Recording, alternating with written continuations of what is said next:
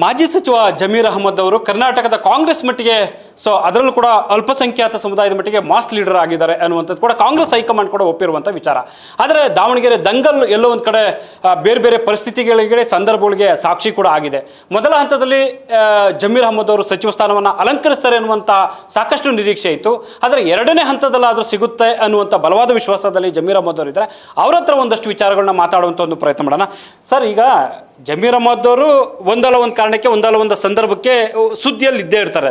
ಆದರೆ ದಾವಣಗೆರೆ ಅನ್ನುವಂಥ ವಿಚಾರ ಸಹಜವಾಗಿ ಜಮೀರ್ ಅಹಮದ್ ಅವರಿಗೆ ಒಂದು ಉರುಳು ಅನ್ನೋ ರೀತಿಯಲ್ಲಿ ಆಯ್ತಾ ಅಂತ ಸಂದರ್ಭ ಇಲ್ಲ. ತಮಗೆಲ್ಲ ಗೊತ್ತಿದ್ದಂಗೆ ಅವತ್ತು ಜೂನ್ 2ನೇ ತಾರೀಕಿಗೆ ದಿಲ್ಲಿಯಲ್ಲಿ ಮೀಟಿಂಗ್ ಆಗುವಾಗ ಒಂದು ಆಡಿಯೋ ರಿಲೀಸ್ ಆಯಿತು. ಆಡಿಯೋ ರಿಲೀಸಲ್ಲಿ ಫಸ್ಟ್ ಲಿಸ್ಟಲ್ಲೇ ನನ್ನ ಹೆಸರು ಬರ್ತದೆ ನಾನು ನಿರೀಕ್ಷೆ ಇಟ್ಕೊಂಡಿದ್ದೆ. ಅದು ಆಡಿಯೋ ರಿಲೀಸ್ ಆದಮೇಲೆ ಅದು ಹಿನ್ನಡೆ ಆಗಿರೋದು ನಿಜ. ಅದು ಎಲ್ಲರಿಗೂ ಗೊತ್ತಿರೋದು, ರಾಜ್ಯದ ಜನಕ್ಕೆ ಗೊತ್ತಿರೋದು ವಿಚಾರ ಅದು. ಅದ್ರ ಬಗ್ಗೆ ನಾನು ಅವತ್ತು ಹೇಳಿಕೆ ಕೊಟ್ಟಿದ್ದೀನಿ. ಆ ಆಡಿಯೋ ನಂದಲ್ಲ, ಯಾರೋ ಕ್ರಿಯೇಟ್ ಮಾಡಿದಾರಂತ. ಆಮೇಲೆ ಯಾರು ಆಡಿಯೋಲ್ಲಿ ಮಾತಾಡಿದ್ದಾರೆ ಸಿರಾಜ್ ಅಂತವರು, ಅವರು ಅಲ್ಲಿ ಕಂಪ್ಲೇಂಟ್ ಕೊಟ್ಟು FIR ಆಗಿಬಿಟ್ಟು ಏನೋ FSL ಕಳಿಸಿದ್ದಾರೆ. ತನಿಖೆ ನಡೀತಾ ಇದೆ, ಸತ್ಯಾಂಶ ಆಚೆ ಬರ್ತದೆ. ಆ ಇದ್ದಲ್ಲಿ ಹಿನ್ನಡೆ ಆಗಿದೆ ಅಂತ ನಾನು ಒಪ್ಕೊಳ್ತೀನಿ. ಎರಡನೇ ಪಟ್ಟಿದಲ್ಲಿ ನನ್ನ ಹೆಸರು ಬರ್ತಂತ ನಾನು ನಿರೀಕ್ಷೆ ಇಟ್ಕೊಂಡಿದ್ದೀನಿ. ಜಮೀರ್ ಅಹಮದ್ ಅವರು ಇಷ್ಟೆಲ್ಲ ಹೇಳ್ತಿದ್ದಾರೆ, ನಂದಲ್ಲ ಅದು ನಕಲಿ ಅನ್ನುವಂಥ. ಆದರೂ ಕೂಡ ತಮ್ಮ ವಿರುದ್ಧ ಷಡ್ಯಂತ್ರ ಅನ್ನುವಂಥ ನಿಮ್ಗೇನಾದ್ರೂ ಆ ಥರ ಅನ್ಸುತ್ತೆ, ಅಥವಾ ಯಾಕೆ ಒತ್ತಿ ಒತ್ತಿ ಹೇಳುವಂಥ ಒಂದು ಪ್ರಯತ್ನ? ಬಹುಶಃ ಕಾಂಗ್ರೆಸ್ನಲ್ಲಿ ಬಂದಾಗಿಂದಲೂ ಕೂಡ ಜಮೀರ್ ಅಹಮದ್ ಅವರು ಅಧಿಕಾರವನ್ನು ಅನುಭವಿಸ್ತಿದ್ದಾರೆ ಅನ್ನುವಂಥ ಮಾತ್ರ ಕೆಲವರು ಹೇಳ್ತಾನೆ ಬರ್ತಿರ್ತಾರೆ. ಜಮೀರ್ ಅಹಮದ್ ಅವರಿಗೆ ವಿಚಾರದಲ್ಲಿ ಒಂದಷ್ಟು ಅಸಹನೆ, ಆಕ್ರೋಶ ಇದೆ ಅಂತ? ಏನೂ ಆಕ್ರೋಶ ಇಲ್ಲ. ನಾನು ಹೇಳ್ತಾ ಇಲ್ಲ, ಪಕ್ಷ ಈಗ ಯಾರಿಗಾನ ಹೋಗಿ ಬಾಳಾಜು ಮಾಧ್ಯಮ ಸ್ನೇಹಿತರು ಕೇಳಿದ್ರು, ಸರ್ ನೀವೆಲ್ಲ ದಿಲ್ಲಿಯಲ್ಲಿದ್ದಾರೆ, ನೀವು ಇಲ್ಲೇ ಇದ್ದಿರಲ್ಲ ಸರ್ ಅಂದರು. ಏನು ದಿಲ್ಲಿಗೆ ಹೋದ ತಕ್ಷಣ ಮಂತ್ರಿ ಸ್ಥಾನ ಕೊಟ್ಬಿಡ್ತಾರಾ? ಅವ್ರು ಯಾರನ್ನ ದಿಲ್ಲಿಗೆ ಹೋಗೋದು ತಪ್ಪಿಲ್ಲ, ಕೇಳೋದಲ್ಲೂ ತಪ್ಪಿಲ್ಲ. ಅಂದರೆ ಯಾರು ಹೋಗಿ ಕೇಳಿದ್ರು ಕಾಂಗ್ರೆಸ್ ಪಕ್ಷದಲ್ಲಿ ಪದ್ಧತಿ ಇದೆ ಅವತ್ತಿಂದ. ಯಾರಿಗಾನ ಮಂತ್ರಿ ಸ್ಥಾನ ಮಾಡಬೇಕಾದ್ರೆ ಯಾರು ಹೋಗಿ ಕೇಳಿದ ತಕ್ಷಣ ಮಂತ್ರಿ ಸ್ಥಾನ ಕೊಡಲ್ಲ. ಅವ್ರನ್ನ ಎಲ್ಲ ಸರ್ವೆ ಮಾಡಿರ್ತಾರೆ ಅವರು. ಆ ಸರ್ವೆ ಮಾಡಿ ಆ ಸರ್ವೆ ಹಿನ್ನೆಲೆಯಲ್ಲಿ ಯಾರು ಪಕ್ಷಕ್ಕೆ ಅನುಕೂಲ ಆಗ್ತದೆ, ಪಕ್ಷಕ್ಕಿಂತ ಹೆಚ್ಚಾಗಿ ರಾಜ್ಯದ ಜನಕ್ಕೆ ಯಾರು ಒಳ್ಳೇದು ಮಾಡೋಕ್ಕೆ ಸಾಧ್ಯ ಇದೆ ಅವ್ರು ಮಾತ್ರ ಮಂತ್ರಿ ಮಾಡೋದು. ನಾವು ಹೋಗಿ ಕೇಳಿದ ತಕ್ಷಣ ಯಾರಿಗೂ ಮಂತ್ರಿ ಮಾಡಲ್ಲ. ಈಗ ನನಗೆ 2017 ನಾನು ಕಾಂಗ್ರೆಸ್ ಪಕ್ಷದಿಂದ ಜನತಾದಳ ಪಕ್ಷದಿಂದ ಕಾಂಗ್ರೆಸ್ ಬಂದೆ. ನಾನು ನಿರೀಕ್ಷೆನೇ ಇಟ್ಟಿಲ್ಲ, ಯಾರಿಗೂ ಹೋಗಿ ಕೇಳಿರಲಿಲ್ಲ. ಸಮ್ಮಿಶ್ರ ಸರ್ಕಾರ ನಾನು ಮಂತ್ರಿ ಮಾಡಿದರು. ಅದಾದಮೇಲೆ 2023 ಮಂತ್ರಿ ಮಾಡಿದ್ದಾರೆ. ಈಗ 3 ವರ್ಷ ಮಂತ್ರಿಯಾಗಿ ಕೆಲಸ ಮಾಡಿದ್ದೀನಿ. ಈಗ ಇಲ್ಲಪ್ಪ 2028 ಚುನಾವಣೆ ಬರ್ತದೆ, ನೀನು ಪಕ್ಷದ ಕೆಲಸ ಮಾಡಿದ್ರೆ ಪಕ್ಷದ ಕೆಲಸ ಮಾಡೋಕ್ಕೆ ಸಿದ್ಧ. ನಾನು ನಮ್ಮ ಪಕ್ಷ ಹೈಕಮಾಂಡ್ ಪಕ್ಷ, ಏನಾರ ತೀರ್ಮಾನ ಮಾಡಿ ಅದಕ್ಕೆ ನಾವು ಬದ್ಧ. ಅಲ್ಲ, ಸಚಿವ ಸಂಪುಟ ರಚನಾ ಸಂದರ್ಭದಲ್ಲಿ ಆಡಿಯೋ ಲೀಕ್ ಆಗುತ್ತೆ. ಆ ಸಂದರ್ಭದಲ್ಲಿ ಜಮೀರ್ ಅಹಮದ್ ಅವ್ರ ವಿಚಾರದಲ್ಲಿ ಹೈಕಮಾಂಡ್ ನಾಯಕರು ಮಾತಾಡೋಂಥದ್ದು ಯಾಕೆ ಇವೆಲ್ಲವೂ ಕೂಡ ಆ ಸನ್ನಿವೇಶಕ್ಕೆ? ನಾನು ಒಂದೇ ಹೇಳೋದು ಸರ್, ಅದು ಮುಂಚೆನೇ ಹೇಳಿದ್ದೀನಿ. ನಾನು ಆಡಿಯೋದಿಂದ ಎಲ್ಲೋ ಒಂದು ಕಡೆ ಫಸ್ಟ್ ಲಿಸ್ಟಲ್ಲಿ ಬರ್ತಾ ಇತ್ತಂತ ನಾನು ಹೇಳ್ತಾ ಇದ್ದೀನಿ. ಇತ್ತೋ ಎಲ್ಲೋ ಗೊತ್ತಿಲ್ಲ. ನಮ್ಮ ಪಕ್ಷ ಹೈಕಮಾಂಡ್ ಪಕ್ಷ, ನಿರ್ಧಾರ ಮಾಡೋರು ಅವರು. ಈಗ ಮಂತ್ರಿ ಸ್ಥಾನ ಕೊಟ್ಟರೆ ಒಳ್ಳೆ ಪಕ್ಷನಾ? ಆಯಿತು, 2 ಬಾರಿ ಮಂತ್ರಿ ಮಾಡಿದ್ದಾರೆ. ಈಗ ಪಕ್ಷದ ಕೆಲಸ ಮಾಡ್ತೀವಿ. ಹಾಗಾಗಿ ಪಕ್ಷ ಏನು ತೀರ್ಮಾನ ತಗೋ ಅದಕ್ಕೆ ಬದ್ಧ ನಾವು. ಸರ್, ಇನ್ನೊಂದು, ಈಗ ಸಿದ್ದರಾಮಯ್ಯ ಸಹಜವಾಗಿ ಕೂಡ ಸಿದ್ದರಾಮಯ್ಯರು ನಮ್ಮ ನಾಯಕರು ಅನ್ನುವಂಥ ಮಾತುಗಳನ್ನ ಹಲವು ಸಂದರ್ಭಗಳಲ್ಲಿ ಹೇಳ್ತಾ ಬರ್ತಾರೆ. ಅವರು 5 ವರ್ಷ ಇರಬೇಕು ಅನ್ನುವಂಥ ಮಾತನ್ನು ಗಟ್ಟಿ ಧ್ವನಿಯಲ್ಲಿ ಹೇಳಿದಂಥವ್ರು ಜಮೀರ್ ಅಹಮದ್ ಅವರು.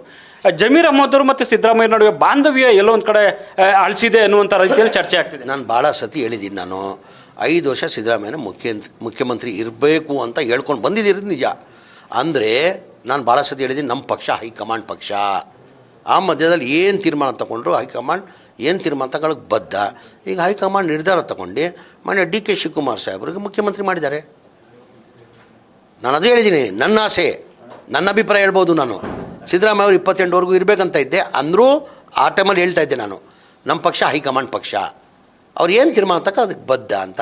ಈಗ ಹೈಕಮಾಂಡ್ ತೀರ್ಮಾನ ತಗೊಂಡು ಮೊನ್ನೆ DK ಶಿವಕುಮಾರ್ ಸಾಹೇಬ್ರನ್ನ ಮುಖ್ಯಮಂತ್ರಿ ಮಾಡಿದ್ದಾರೆ, ಮುಖ್ಯಮಂತ್ರಿ ಆಗಿದ್ದಾರೆ. ಅಲ್ಲ, ಬೆಂಬಲಿಗರು ಸಿದ್ದರಾಮಯ್ಯವರು ಮನೆಗೆ ಹೋಗಿದ್ದಂಥ ಸಂದರ್ಭದಲ್ಲಿ ನನ್ನ ಬೆನ್ನಿಗೂ ಅಂದರೆ ನನ್ನ ವಿರುದ್ಧನೇ ಕೆಲಸ ಮಾಡಿದ್ದಾರೆ ಅನ್ನುವಂಥ ಸಾಕಷ್ಟು ಆ ಒಂದು ವಿಡಿಯೋ ಕೂಡ ವೈರಲ್ ಆಯಿತು.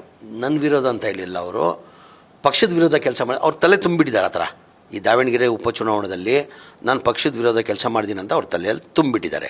ಹಾಗಾಗಿ ಅವ್ರು ತಾನು ಹೋಗಿ ನಾನು ಕ್ಷಮೆ ಕೇಳಿದ್ದೀನಿ. ಸರ್, ನನಗೇನೋ ದಾವಣಗೆರೆ ವಿಚಾರದಲ್ಲಿ ನಾನು ತಪ್ಪು ಮಾಡಿದರೆ ದಯಮಾಡಿ ನಾನು ಕ್ಷಮಿಸಿ ಅಂತ ಮಲ್ಲಿಕಾರ್ಜುನ ಖರ್ಗೆ ಸಾಹೇಬ್ರು ತಾನು ಕ್ಷಮೆ ಕೇಳ್ಕೊಂಡಿದ್ದೀನಿ. ವೇಣುಗೋಪಾಲ್ ಅವ್ರ ತಾನು ಕ್ಷಮೆ ಕೇಳಿದ್ದೀನಿ. ಸುರ್ಜೇವಾಲಾ ಅವ್ರ ತಾನು ಕ್ಷಮೆ ಕೇಳಿದ್ದೀನಿ. ಹಾಲಿ ಮುಖ್ಯಮಂತ್ರಿಗಳಾದಂಥ DK ಶಿವಕುಮಾರ್ ಸಾಹೇಬ್ರ ತಾನು ಕ್ಷಮೆ ಕೇಳಿದ್ದೀನಿ. ಈಗ ಅಧ್ಯಕ್ಷ ಆದಂಥ ಹರಿಪ್ರಸಾದ್ ಕೇಳಿದ್ದೀನಿ. ಅಲ್ಲ, ನಿಮ್ಮನ್ನ ಸಂಪುಟಕ್ಕೆ ಸೇರಿಸಬೇಕು ಅನ್ನುವಂಥ ನಿಟ್ಟಿನಲ್ಲಿ ಹರಿಪ್ರಸಾದ್ ಅವರು, ಸತೀಶ್ ಜಾರಕಿಹೊಳಿ ಅವರು ಅವರೆಲ್ಲರೂ ಕೂಡ ಒತ್ತಾಸೆಯಾಗಿ ನಿಂತು ಹೈಕಮಾಂಡ್ ಮಟ್ಟದಲ್ಲಿ ಕೂಡ.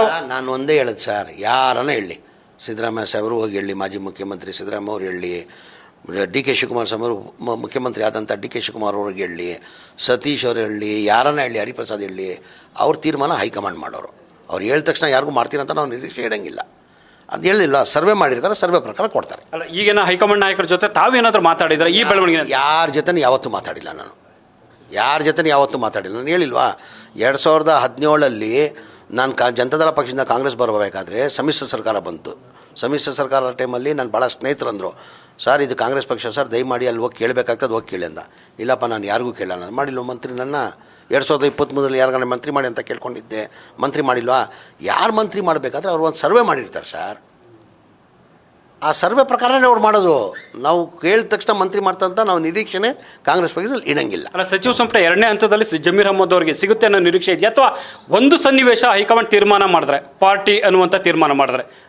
ನಾನು ಹೇಳಿಲ್ವ, 2 ವರ್ಷ 3 ವರ್ಷ ನಾನು ಮಂತ್ರಿಯಾಗಿ ಜವಾಬ್ದಾರಿ ಕೊಟ್ಟಿದ್ರು, ಮಂತ್ರಿಯಾಗಿ ಜವಾಬ್ದಾರಿ ನಿಭಾಯಿಸಿದ್ದೀನಿ. ಇಲ್ಲಪ್ಪ ನೀನೀಗ 3 ವರ್ಷ ಮಂತ್ರಿಯಾಗಿ ಕೊಟ್ಟಿದ್ವಿ ನಿನಗೆ, ನೀನೀಗ ಪಕ್ಷದ ಕೆಲಸ ಮಾಡು, 2028 ಚುನಾವಣೆ ಬರ್ತಾಯಿದೆ ಅಂದರೆ ಅದಕ್ಕೂ ನಾನು ಬದ್ಧ.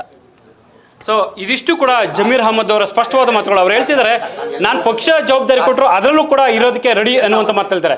ಕ್ಯಾಮ್ರಾ ಪರ್ಸನ್ ರಘು ಜೊತೆ ಹರೀಶ್ ಕಾಕೊಂಡು, news first Bengaluru. News first ನಿರ್ಭೀತಿಯಿಂದ ನಿಮ್ಮ ಪರವಾಗಿ.